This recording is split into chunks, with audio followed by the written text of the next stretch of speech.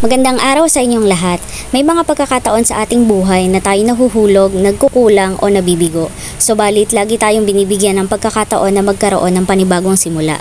Sa bawat pagtakbo ng araw, bawat pagsiklap ng araw, at bawat pag-ikot ng oras, may kasamang pag-asa na maaari tayong magbago, magsimula muli at maging mas mabuting tao.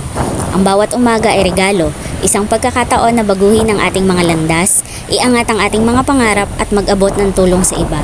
Hindi tayo dapat manghinayang sa mga pagkakataon na lumipas. Bagkus ay gamitin ito na inspirasyon para sa mas makabuluhan at mas matagumpay na buhay. Kaya't simulan natin ang bawat araw na may malasakit sa ating mga hangarin at may determinasyon na tahakin ang landas tungo sa ating mga pangarap.